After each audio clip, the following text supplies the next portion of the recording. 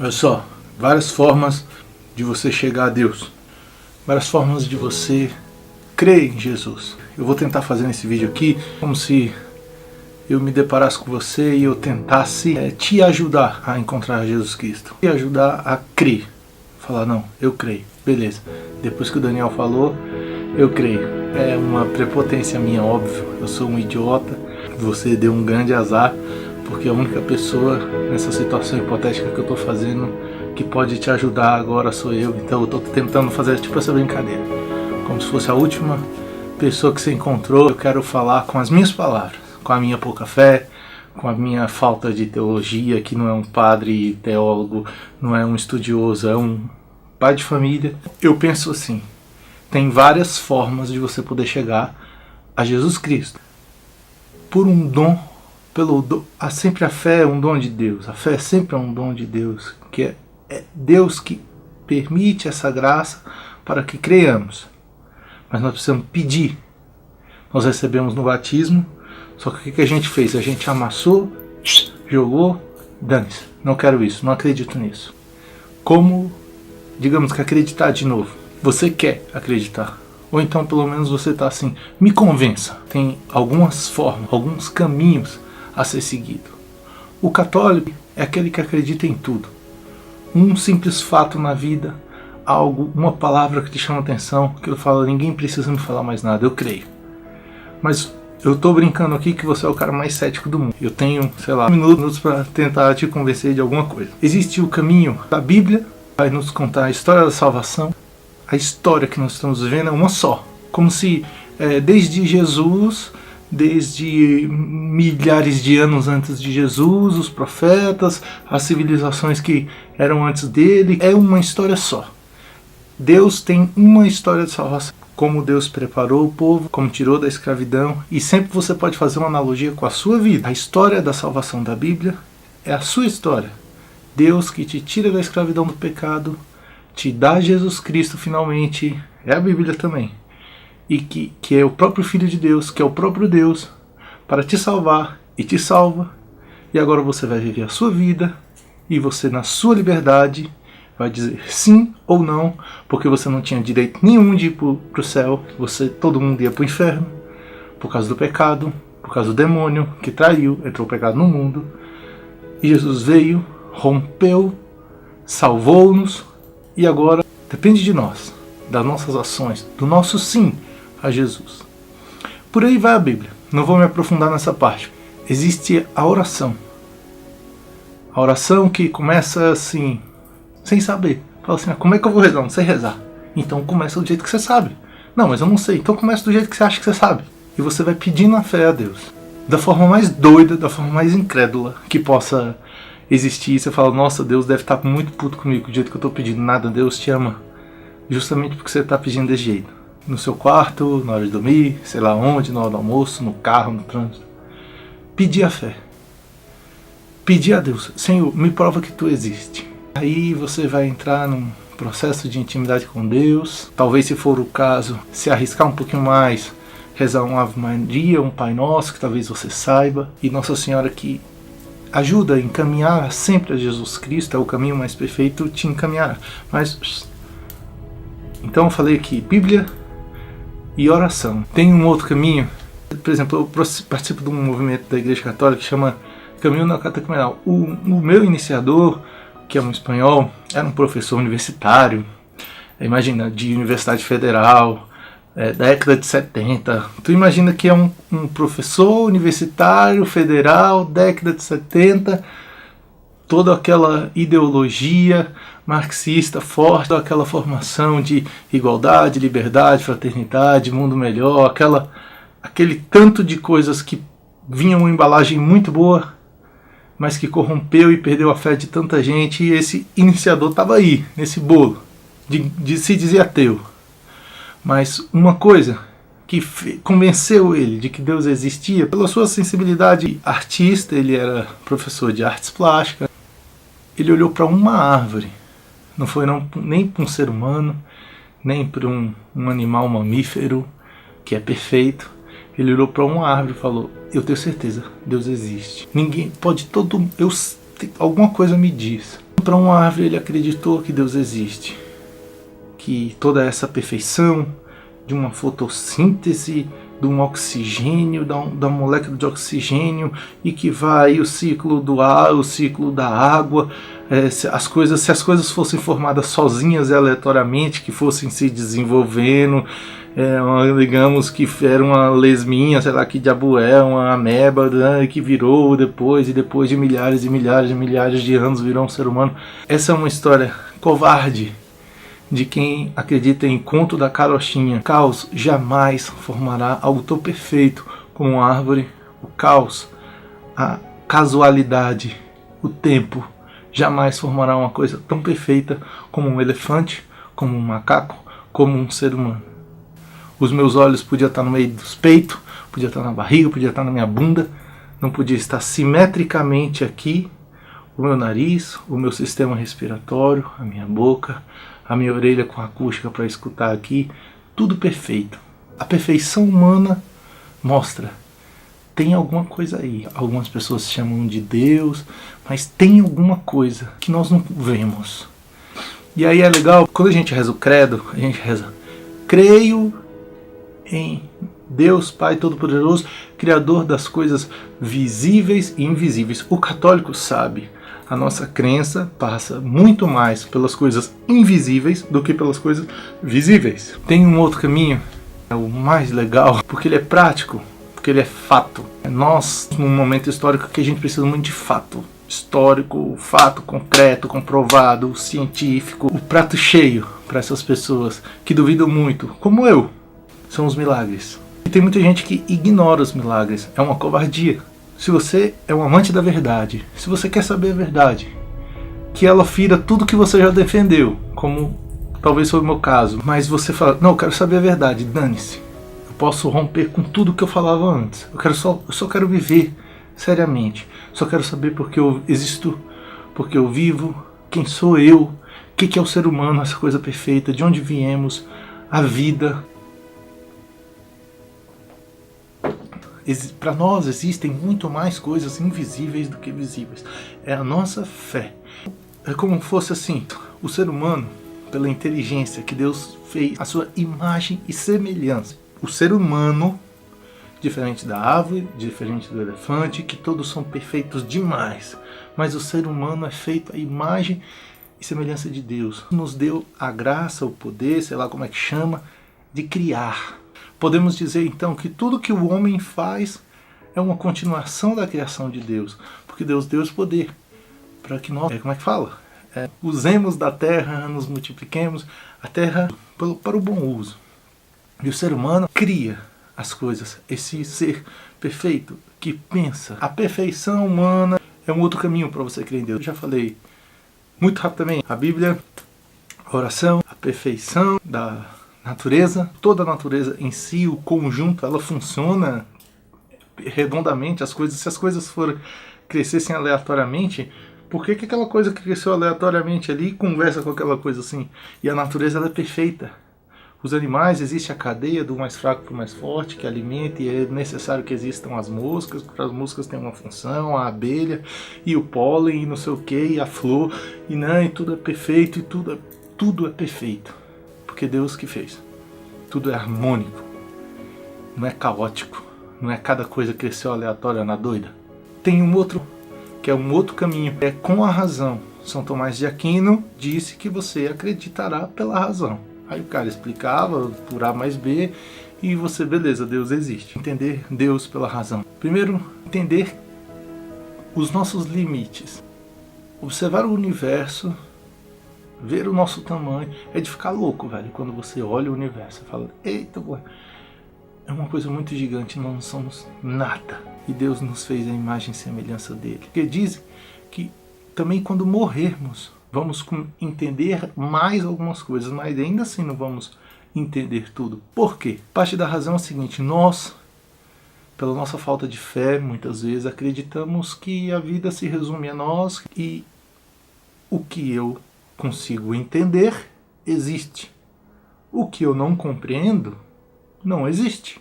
Tanto os cientistas hoje dizem: não é porque eu não entenda que o fato não existe. Quando ocorrem milagres e que são colocados nas mãos de alguns cientistas e eles não conseguem chegar a nenhuma conclusão, e muitos respondem dessa forma. Não é porque a ciência não explica que o fato não aconteceu, porque o fato aconteceu. Olha o fato aqui. Mas a ciência não explica. Mas isso é o último assunto. Ainda vou ficar aqui na razão. O que acontece? Essa resposta humana, essa angústia de eu não entendi, então não existe. Se não está óbvio, se não está claro, não existe. É a mania do ser humano de querer botar Deus no bolso. Nós somos desse tamanhozinho aqui. Vamos fazendo uma brincadeira. Quer dizer, nosso pensamento é desse tamanhozinho. Nós somos isso aqui. A gente só consegue atingir isso. A gente não ultrapassa. E Deus é desse tamanho aqui, ó. Deus é desse tamanho aqui. É muito maior, mas só para ser didático. Nós jamais conseguiríamos. Nossa razão fica parada aqui dentro. Nós não conseguiríamos englobar algo que nos engloba. E a prepotência humana acha que a gente tem que englobar algo maior que a gente. É ser humilde. A razão. Bom, eu não entendo certos fatos. Eu não entendo como eu sou tão perfeito. Eu creio que existe algo muito maior. E agora eu vou para o último tema. Eu já falei não sei quantas partes. Meios de se chegar a Deus. As pessoas chegam a Deus por esses caminhos aí. Esse, talvez, é o que você vai preferir. É o que eu prefiro. Porque talvez eu seja igual a você, meu brother, minha sister. Talvez eu seja igual. É o cara que, bicho, me dá um fato. Me explica, eu quero ver, comprova, diga, sei o quê. E o que é isso? São os milagres. Quem é fã da verdade não quer saber as suas ideias, não quer acreditar em si mesmo, nas suas conclusões, que com o tempo você tirou conclusões e fala, eu não creio em Deus. Não, você fala assim, se Deus existe não tem problema, eu quero acreditar. O problema é esse, que o homem, o maior pavor do homem é saber que Deus existe. Se o cara souber que Deus existe, souber que existe alguma coisa maior que ele, é óbvio, eu tenho que me dirigir a essa coisa maior, suprema. Essa é a parte, os milagres. Eu vou falar de alguns milagres, que eu li livros, que eu me aprofundei um pouco mais. Existem zilhões, mas os que eu vou contar aqui para vocês me ajudou muito e talvez vai te ajudar. Os milagres são fatos. Muitas vezes, e nos que eu vou contar, acho que todos, submetidos à ciência, pessoas que não tem nada que a ver com a igreja. A igreja é muito séria nessas horas. Ela falou, cheguei, tá acontecendo uma parada aqui, fica junto aqui, fica junto para você analisar. Aqui ninguém quer ficar inventando mentirinha para ter número, não é isso, cara. Falar que tem um Deus que te ama, que te fez e que você foi feito para amar e para o céu, para passar por essa vida, para dar o seu sim, porque depende do seu sim, porque as realidades finais é céu, inferno, essa vida passageira. Então bora para os milagres. Eu vou contar meio aleatório. Eu li o livro O Menino que Viu Jesus, que foi escrito pela Immaculée Libagiza. Hoje ela mora em Nova York. É uma escritora de Ruanda. Se vocês viram o filme Hotel Ruanda, que é um desastre, uma chacina. O país é dividido em dois grupos étnicos, Hutu e Tutsi. Um grupo mata o outro. Isso aconteceu em 1994. 14 anos antes, durante toda a década de 80, aconteceram aparições da Virgem Maria e para várias meninas e a aparição de Jesus para um menino. Vou explicar um pouquinho delas aqui. Todas, resumindo, todas as manifestações do sobrenatural tinham um intuito: chamar as pessoas à conversão, mudar de vida, se amar, rezar, buscar a Deus, buscar ter fé, buscar mudar de vida, porque iria acontecer algo. Nossa Senhora aparecia para 3 meninas, anunciando que iria acontecer o que aconteceu em 94. Agora de formas figurativas, de formas um pouco mais evidentes. Essas meninas, quando juntou muita gente, o fato ficou famoso, era tipo 30 mil pessoas em volta dessas meninas, um palquinho. Até o presidente de Ruanda foi aparecer pela dimensão que a coisa ganhou. Essas meninas, quando elas estavam em transe, porque quando a pessoa está, não sei se vocês já viram vídeos de qualquer outra pessoa que consegue ter essa visão da Virgem Maria, elas ficam, é meio doido assim, é meio tenso o acontecimento, tá? A pessoa fica meio doidona assim, fica meio, fica vendo assim, fica meio dura, olho arregalado, é até meio assustador, sabe? A pessoa foge dessa realidade aqui. O que os médicos em Ruanda faziam? Quando acontecia, estavam a equipe médica do lado, essas meninas ficavam falando assim, com a Virgem Maria, não sei o que lá.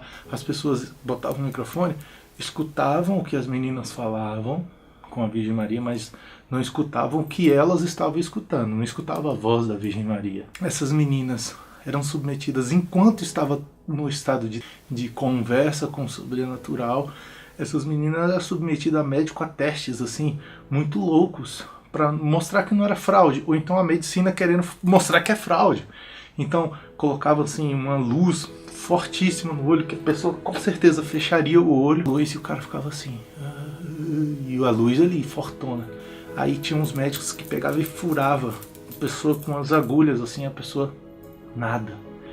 Teve até um médico que apertou tanto o pescoço para sufocar a pessoa e ela perdeu a alma, uma dessas meninas, que um padre que estava do lado falou, você vai matar ela. Esse livro é muito bom, O Menino que Viu Jesus. O mais legal é a parte do menino. Esse menino não tinha nada a ver com essa história dessas meninas. Não conhecia essas meninas, não era dessa cidade. Era da cidade um pouquinho mais distante. Era de uma família, digamos assim, de um caseiro de chácara. Pobre, sabe? Morava dentro de uma loninha. Ele era o mais velho dos filhos, tinha 12 anos. Quem nunca viu igreja, nunca soube que era um padre, nunca soube que ia rezar um Pai Nosso, uma Ave Maria, nunca soube de nada. E Jesus se manifesta para esse menino. As mensagens que esse menino vai trazer, jamais alguém pode contar sem que tenha lido muitos livros da igreja, a Bíblia, documentos legais da igreja, as informações que ele trazia vinda de Jesus Cristo.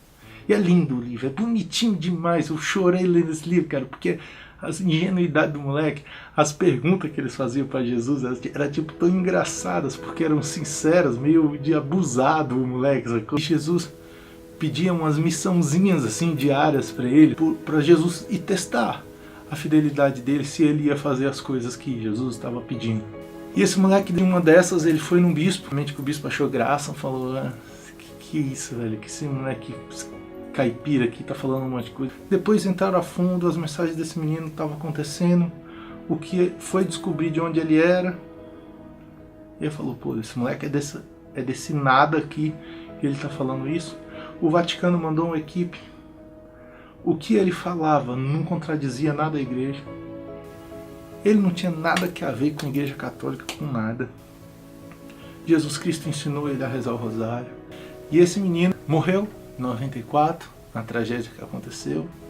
Ele pedia muito a Jesus enquanto ele aparecia para ele ir logo. Jesus deu oportunidade para ele sentir várias coisas. Ele sentiu os espinhos, dor de Jesus em algumas coisas, desesperadora. O moleque se sentiu todo quebrado.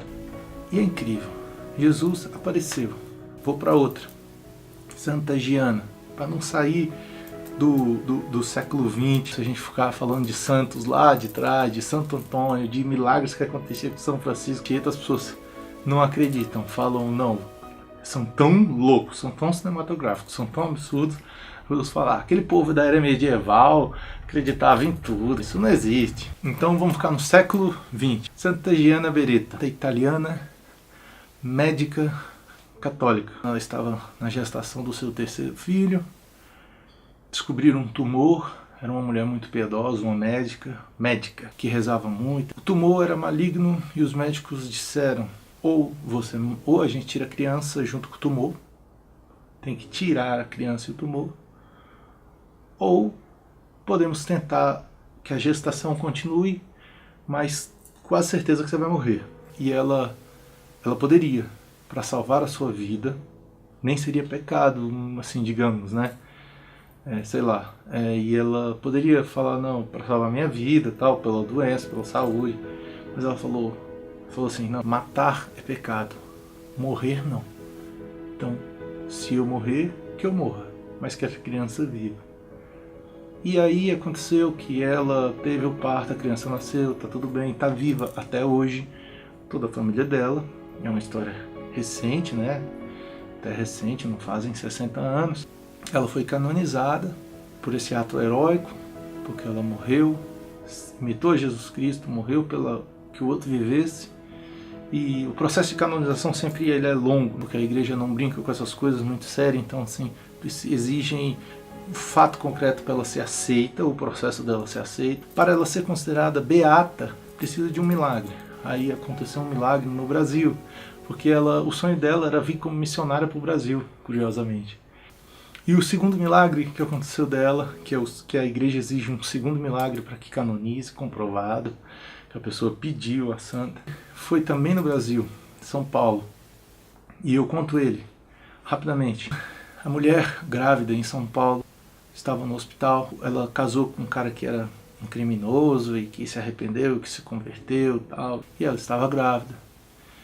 E entrou nessa situação de vida ou morte, e de tirar o bebê, parecida com Santa Giana.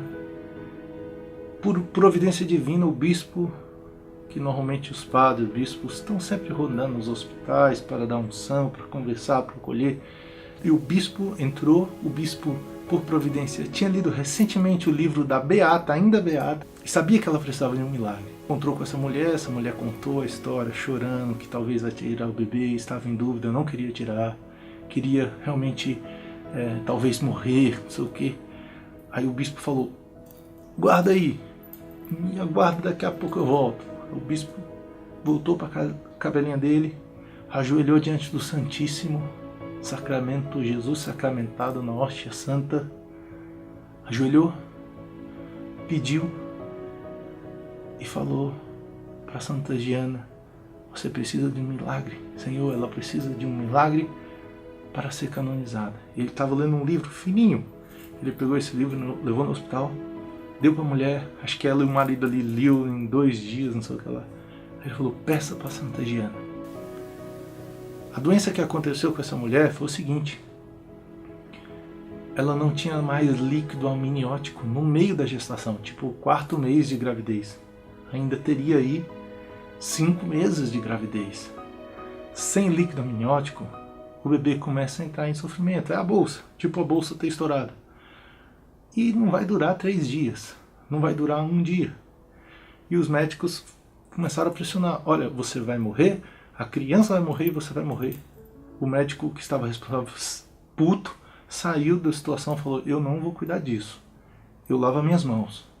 E saiu, entrou outro médico no caso, e eles rezando para a Santa Giana falando, nós não vamos tirar o bebê.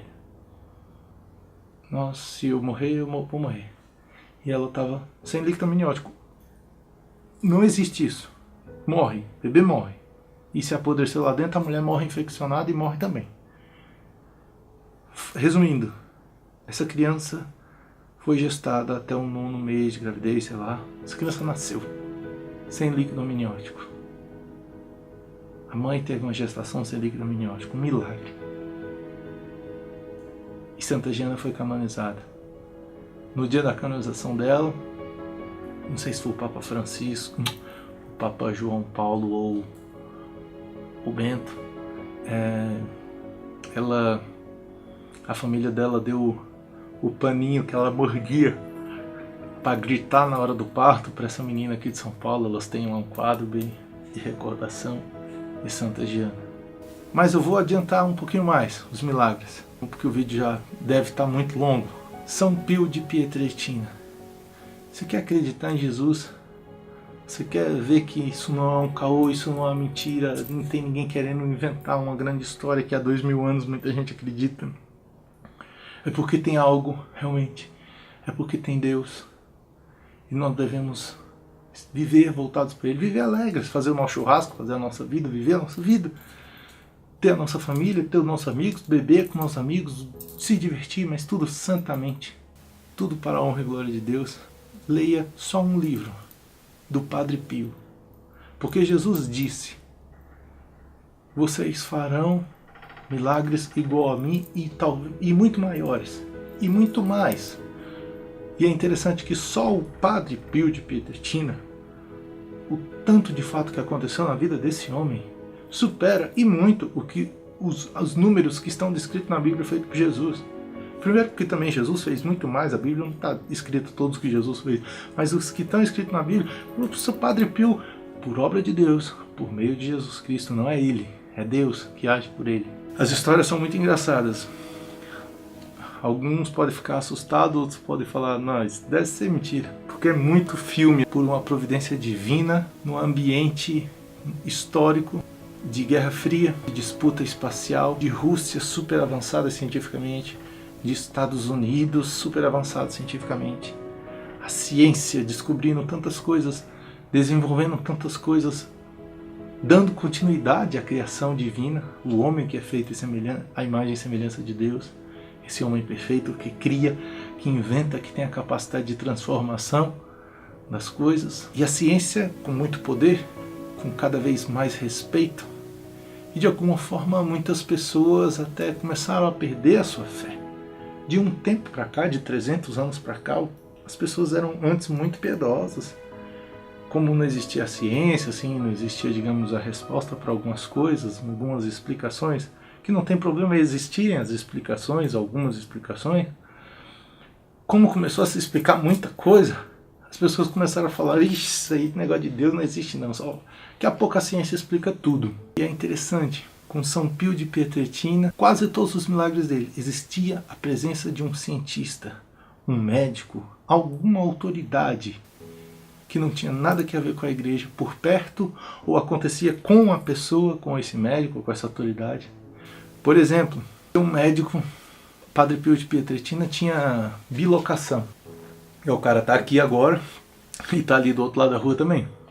Um médico que se dizia ateu, convicto, dormindo na sua casa, recebe uma ligação do hospital, ele era cirurgião. Doutor, aconteceu um acidente aqui, é grave, precisamos que o senhor se dirija ao hospital. Ele se apronta, acorda, levanta, entra no carro dele, tem um velho franciscano do lado. E o bicho tenta botar a mão e não pegava. Era como um espectro, assim, uma imagem. E ele fala, quem é você? Tipo assim, sei lá, tô sonhando. Quem é você? Aí Padre Pio fala pra ele, você vai chegar no hospital. Eu tô falando pra vocês, chega a me arrepio. Você vai chegar no hospital, meu querido. Aconteceu tal fato. Você, com seus estudos, vai tentar tal procedimento. O procedimento X. Mas eu te digo, o procedimento certo para você salvar essa vida é fazer o procedimento Y. Mas como você vai achar que foi uma doideira da sua cabeça, você vai tentar fazer o X 2 vezes. Mas é o Y. E tuf, ele some. Os caras chegam no hospital, o caso é exatamente como aquela visão que ele teve, esse ateu. E o Padre Pio não falou de Deus, falou nada não, só deu a explicação sobre o caso. O cara tentou fazer o procedimento que ele acreditava que era o certo, não deu. Aí veio aquela história na cabeça dele, tentou fazer de novo, não deu. Aí ele tentou fazer o procedimento Y e salvou a vida da pessoa. Mais tarde, anos mais tarde, ele viu uma matéria no jornal contando um tal de Pio de Pietrelcina. E ele olha, foi esse velho que eu vi. Ele vai até o padre, pega o endereço pelo jornal, tenta ir a fundo quem é esse cara. Ele conseguiu conhecer o Padre Pio e, obviamente, se converteu, virou um cristão e tanto, voltado para Deus. Continua sendo médico, continua fazendo sua profissão, mas uma pessoa voltada para as coisas do alto. Um piloto do exército que ia jogar uma bomba no país, aparece Padre Pio de Pietrelcina voando do lado dele, voando do lado do jato. E esse homem é convencido de não tacar a bomba, depois volta para a terra, descobre que aquele velho que ele viu é um padre que existe em tal cidadezinha. Outra história impressionante, uma mulher sabia do Padre Pio, era muito católica, muito devota, buscava realmente a sua conversão. Estava grávida, teve o filho nasceu. Essa mulher não teve dúvida, eu vou atrás do padre. Quer dizer, o filho estava vivo, estava morrendo. Entrou num trem e foi atrás do padre Pio, que era em outra cidade. No meio da viagem de trem, a criança morre. No meio da viagem de trem, a mulher, com medo das pessoas obrigarem ela a enterrar, a mulher finge que não muda de vagão, coloca a criança dentro da mala e vai até o padre. Chegando dentro da igreja, o padre Pio estava confessando um médico e ela interrompe a confissão e ela abre a mala, triste, coloca o bebê no... Ele olha assim, ela coloca o bebê nas mãos do padre Pio. Aí ele olha para a menina e fala: é uma menina. E a menina, chorando, começa a chorar ao lado do médico. Os milagres. E agora, último, os milagres eucarísticos. Vocês sabem, já ouviram falar do Santo Sudário? É aquele pano, é o tecido que ficou em cima de Jesus quando ele estava morto no túmulo.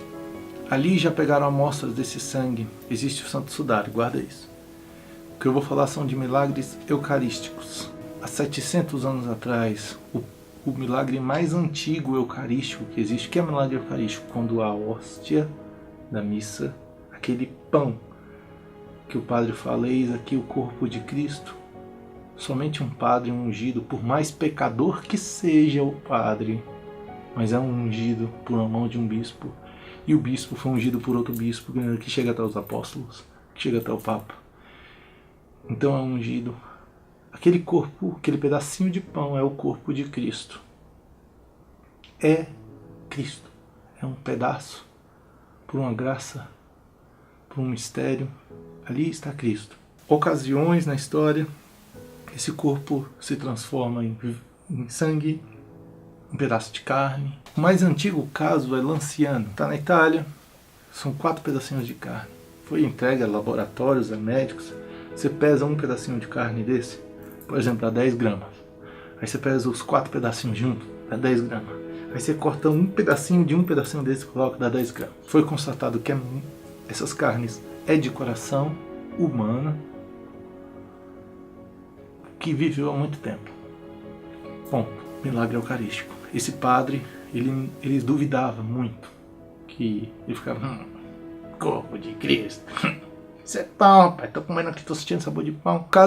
Um caso muito recente de milagre eucarístico. Existem vários. Muito recente, em Buenos Aires, o cardeal, que é o bispo-chefe, digamos assim, para quem não entende, ainda era Bergoglio, que hoje é o nosso Papa Francisco. Tomou a frente do caso.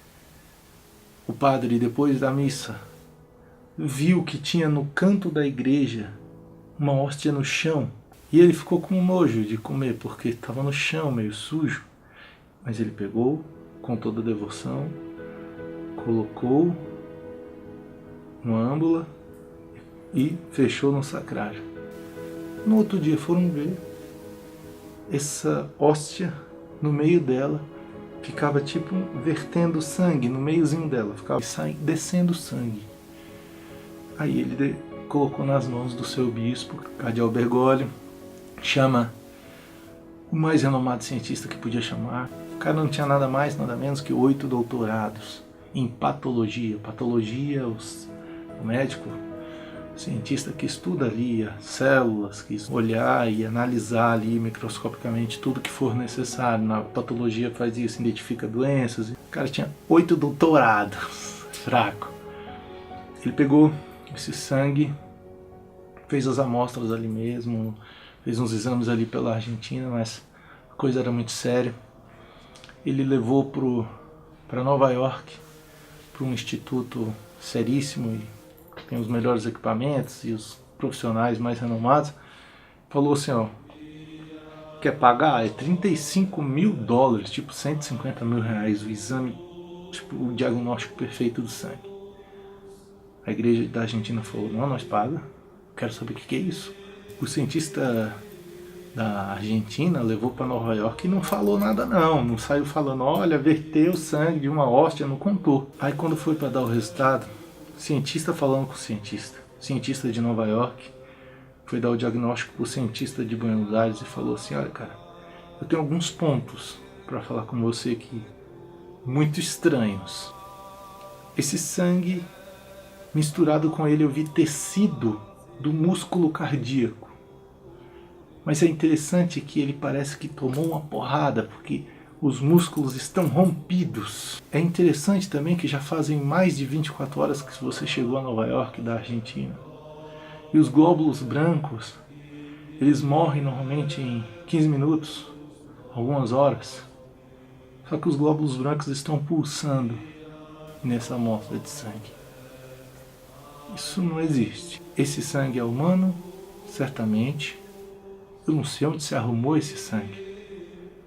Mas esse sangue tem no mínimo 2000 anos. Esse sangue tem no mínimo 2000 anos. Esse sangue é algo muito estranho, porque normalmente o sangue tem a parte do pai e a parte da mãe, o DNA.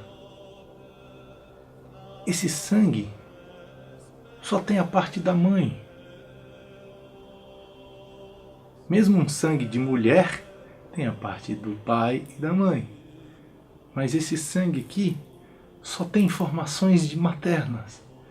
É o sangue da mãe, esse sangue. Mas é o sangue de alguém, não sei se é de uma mulher, se é de um homem, mas é o sangue de alguém. Mas só tem informação de mãe, óbvio. Maria foi concebida pelo poder do Espírito Santo. Maria não teve relações sexuais com José. Ela é virgem santíssima, virgem pura, por obra de Deus, do Espírito Santo. O Espírito Santo descerá sobre ti, disse o anjo a Maria, com o sim de Maria. E ela engravidou. E aí o médico, continuando, voltando ao assunto, o médico de Nova York, de Buenos Aires, pega e fala, cara, deixa eu te contar, muito respeito por essa amostra que você mexeu, porque você mexeu em algo divino. Esse sangue nós tiramos de uma hóstia que até hoje em Buenos Aires está vertendo sangue. O cientista de Nova York na hora se ajoelhou. Eu quero ser cristão. Ele se ajoelhou na frente do outro cientista e falou, eu quero ser cristão. Eu não sei o que está acontecendo aqui. Eu quero ser cristão. Porque esse fato pode todos os meus amigos cientistas falar qualquer coisa, mas esse fato, eu estudei muito, cara. Esse fato me comprova. Tem algo além. Existe um Deus. O budista diz uma verdade, o católico diz uma verdade, o islã diz uma coisa, cada um tem uma verdade, mas agora eu tenho certeza, existe uma verdade. Nós vamos morrer, o católico vai morrer, o budista vai morrer, o ateu vai morrer. E só existe uma verdade, não tem uma verdade depois da morte, para quem pensa assim, não tem uma verdade depois da morte. Porque existe uma verdade.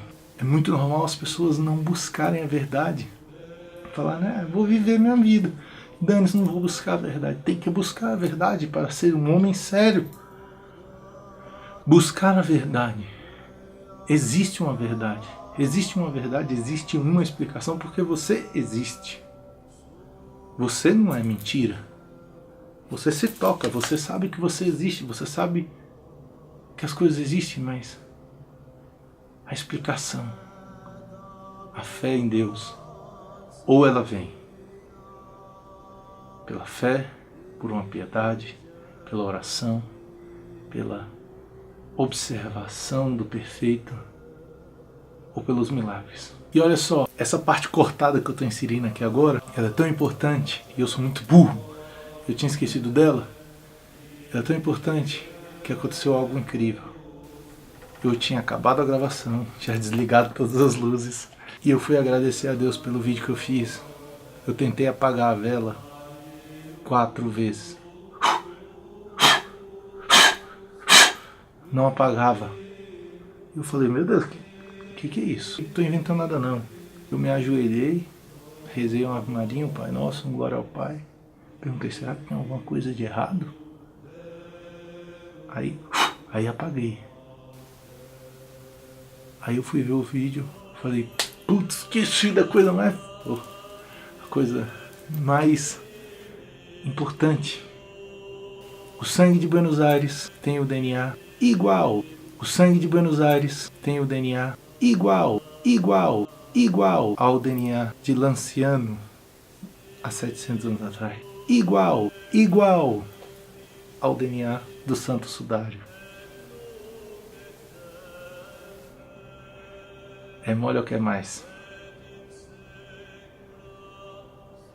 O mesmo DNA daquele sangue que verteu da hóstia há 700 anos atrás, aqui na Argentina, na Polônia, na Índia, na China, no Santo Sudário, o mesmo DNA. E a ciência sempre junto. Esse DNA são iguais. Não existe dois DNAs iguais. É da mesma pessoa. Sem dúvida nenhuma. Deus existe, de novo eu digo. Não ignore os milagres. Deus existe. Deus existe e te ama. Não resista ao amor de Deus.